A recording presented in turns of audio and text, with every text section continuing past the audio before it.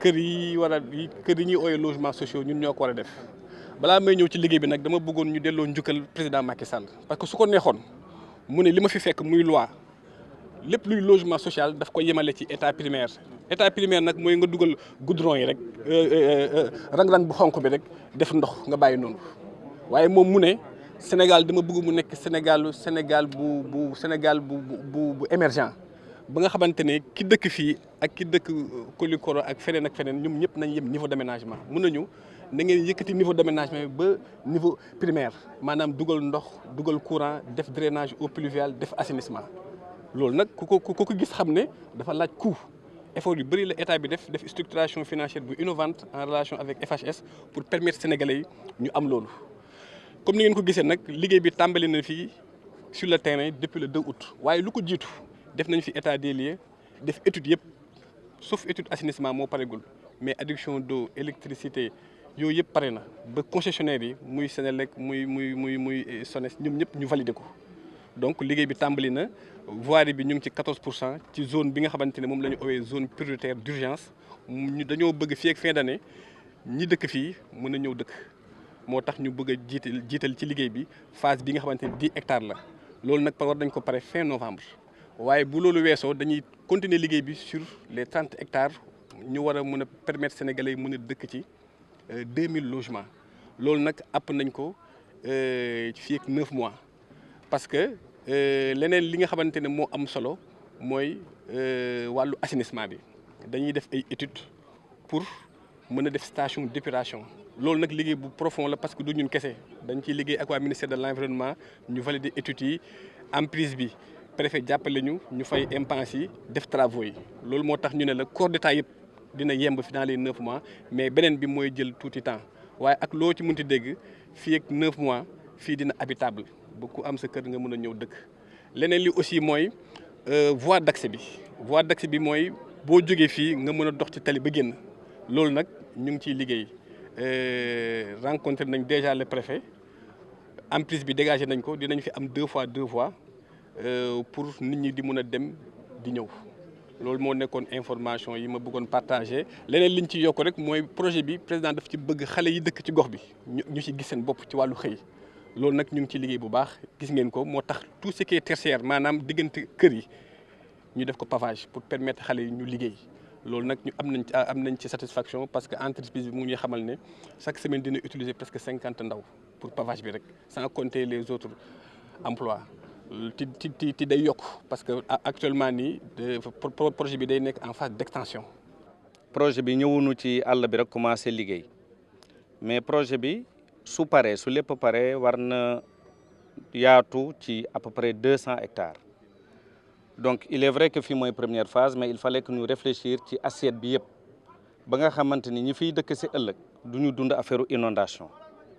du ñu dund sore ay école ay dispensaires ay hôpitaux yooyu du fi am mooy ñuy dëkk fii du ñu soxloo dara feneen parce que lépp dañ leen fekk si fii incha allah études yooyu def nañ ko ba pare na ñu ngi dérouler mais aussi dañuy wax ci réew su bâtiment di dox lépp war na dox moo tax dafa am dimension sociale projet bi mooy dañuy def de telle sorte que ay sénégalais rek ñoo ciy liggéey. moo tax ci voirie bi ñu créer ay routes en pavé ay routes enrobées denses mais les routes en pavé seen avantage mooy non seulement day yàgg entretien day yomb te ba nga koy defar day utiliser ay sénégalais yu bare loolu moo tax voie secondaire yëpp pavé lañ ko def voie primaire yi nag ñu def ko en enrobé dense mais ci biir étude bi fexe nañu de telle sorte que ñu fiy dëkk ñëpp incha allah su projet bi jeexee daañ leen relier ci benn réseau d'assainissement bu performant boo xamante ni dañ koy connecté ci benn step boobu ñuy wax dina am capacité plus de 40 000 personnes fi ñu koy implanté rek loolu moo ci des mais étude technique yi daanaka avancé na bu baax a baax pour vous dire que projet la boo xamante ne mi ngi dox bu baax a baax ci njiital ñi président woolu muy ministre bi ak secrétaire d'État bi ak DG de la SAFRU. ñu ñëw ak monsieur le ministre Abdoulaye Seydou Sow ak équipe bi yëpp ñi ciy liggéey jàngat biñ ci mën a am mooy xanaa traduire rek li président de la République son excellence Macky Sall di wax bis bu ne chantier ñu koy suivre au plus près ndax moom mbëbëtam wax na ko la mu yéene sénégalais ñëpp xam nañ ko en matière de logement Safru wax na ko sànq au début aménagement VRD primaire la woon mu ne bëggatuma dégg inondation Sénégal moo tax dañuy def ba tertiaire ba ngeen egsi ba fii muy mbëbëtam bëggal sénégalais yi lu gën mu fekk it problème mu logement nekk lu soxal sénégalais yi ndax kër dafa nekk li nga xamante ne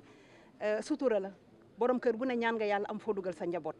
donc mu nekk ñaari problématique yi nga xamante ne bu ñu ko dajalee saafara ko warul jafe ci kaw ñu am équipe bu déterminée bu ciy liggéey te loolu am nañ ko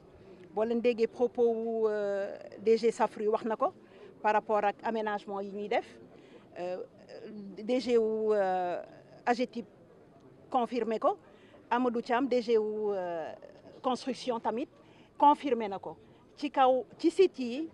waxuma sax site bii nii ndax ci biir ci Bambilor bi rek am nañ fi 200 hectares lépp luñ ci war a def ngir ñu nekk ci cadre de vie ndax waxatuñu logement projet bi du projet logement au-delà du logement c'est un cadre de vie qu'il faut créer ba ñi ci dëkk man ci sawar ñi ci dëkk ñu mettre en pratique concept boobu ñuy wax fi ngay dëkk nga fay liggéey nga nekk fi am infrastructure sociale de base yi infrastructure sociale de base yi ñu nekk fi nga am équipement yi am école am dispensaire am lépp te loolu ñu ngi ciy liggéey 200 yi nag dégg naa sànq ñu koy laajte ñu ne 200 yi ndax 200 yi tuutiwul ci projet wu 100000 waaye bu ñu jógee zéro tëb 200 foog naa ni dañoo war a suñu xel war na dal ndax nu ko tubaab bi di waxee le plus difficile c'est de mettre le train sur les rails waaye boo ko xasee ba def rek ay augmenter kii la rek da ngay yokk vitesse bi rek yëf yi mën a dem. waaw plateforme bi sax fi mu toll nii plateforme de 2019 dañuy ibbi woon plateforme d'inscription tey def nañ ci yeneen jéego ndax egg nañ ci plateforme de suivi ndax 2019 ak léegi la ca mën a xew bari na possibilité bi nag lu tax ñu egg ci plateforme de suivi dañu nekk ci li ñuy wax amélioration continue boo defee dara gis ni war nga ci dolli yeneen module ñu def ko ba tax tey ak plateforme de suivi bi ñi mu inscrire wuloon ba tey dinañ mun continuer di inscrire waaye ña inscrire woon 2019 xëy na taw nañu site yi nga xamante ne projet bi du fa yegg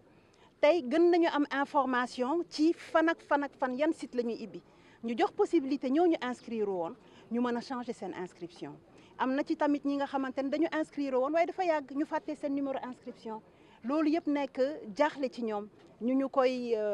koy wax ñu mettre en place aussi cette plateforme pour leur permettre vraiment pour jàppale leen information yooyu ñu soxla ak li leen jaaxal ñu jàppale leen pour ñu mën koo saafara